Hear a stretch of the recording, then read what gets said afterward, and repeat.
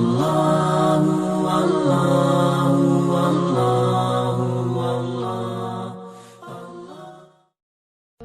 إلهي سبحانه وتعالى وحو بني آدم قوت الماما ومن ورائهم برزخ إلى يوم يبعثون. برزخ وحو كبلا ما بي علماء يلاهدان وقيرده markay soo degto ka bilaabma ilaa iyo inta bacsigu dhacaya ama soo saaritaanku waa waqtiga u dhaxeeya baynu uga dan leenahay qabriga aynu sheegayno. qabriga waxa la tilmaamaa xadiis imaam tirmidhi uu soo saaray sheekh al-albani xasan ku tilmaamayo Uthman ibn Affan baa waxa la yidhi marka qabri uu soo agtaago ayuu ilmeyn jiray ilaa iyo oohinta ka soo dareerta ay garhkiisa qoydo. markaas waxa lagu yidhi Uthmanow jannada iyo naartaba marka la sheego sida uma oydida maxaad marka xabaasha la sheego ama aad aragto sida tan ugu oyda. dabeetana wuxuu yidhi waxaan maqlay nabiga alayhi salaatu wasalaam القبر أول منازل الآخرة فإن نجا منه فما بعده أيسر منه وإن لم ينج منه فما بعده أشد منه.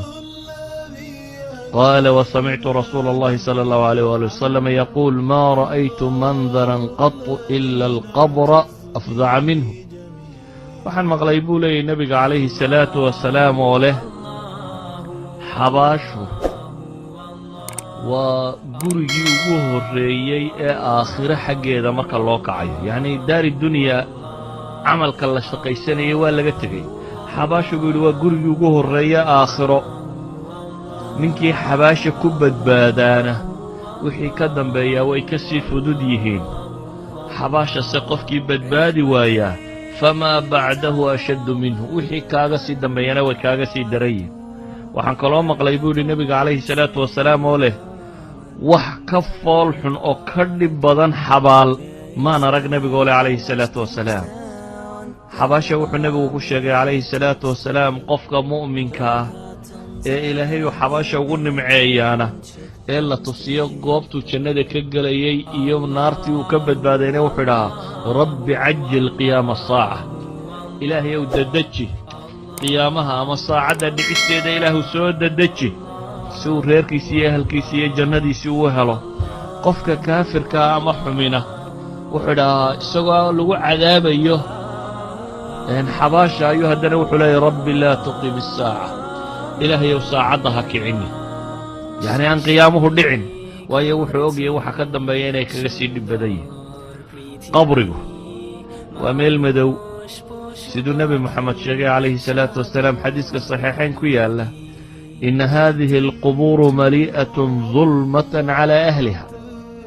xabaalaha kani mugdi ayaa ka buuxo dadkooday ku madow yihiin.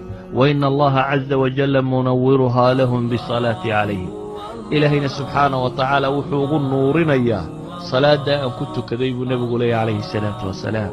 صلاة داسي أن كنت كذيب إلهي سبحانه وتعالى حباش أغو النورنا إياه.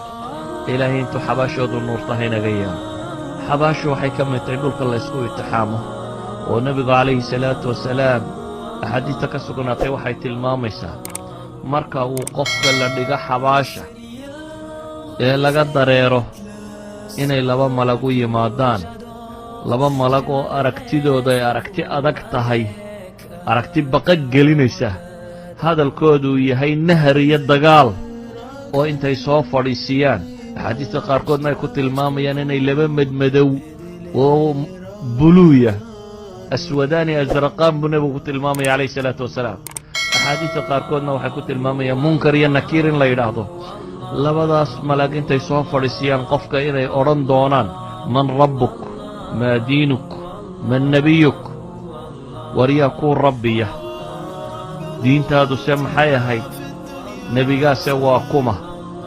qofkii alla sugaya subxaanahu wa tacaala markaas allahayna sugaya wuxuu odhan doonaa rabbigay waa alle subxaanahu wa tacaala diintayna waa islaam نبي محمد عليه الصلاة والسلام ونبي رسول كان رميسنا قفكي منافقية قال إنه وحبقرا وايدونه واي مكاسي هباري دونان وانا صوبت يكون فصيران علماء آيات القرآن إلى هيلي يثبت الله الذين آمنوا بالقول الثابت في الحياة الدنيا إلهي سبحانه وتعالى قفك مؤمن كاوح وقصغيا القول الثابت في الحياة الدنيا وفي الآخرة آخرية دوم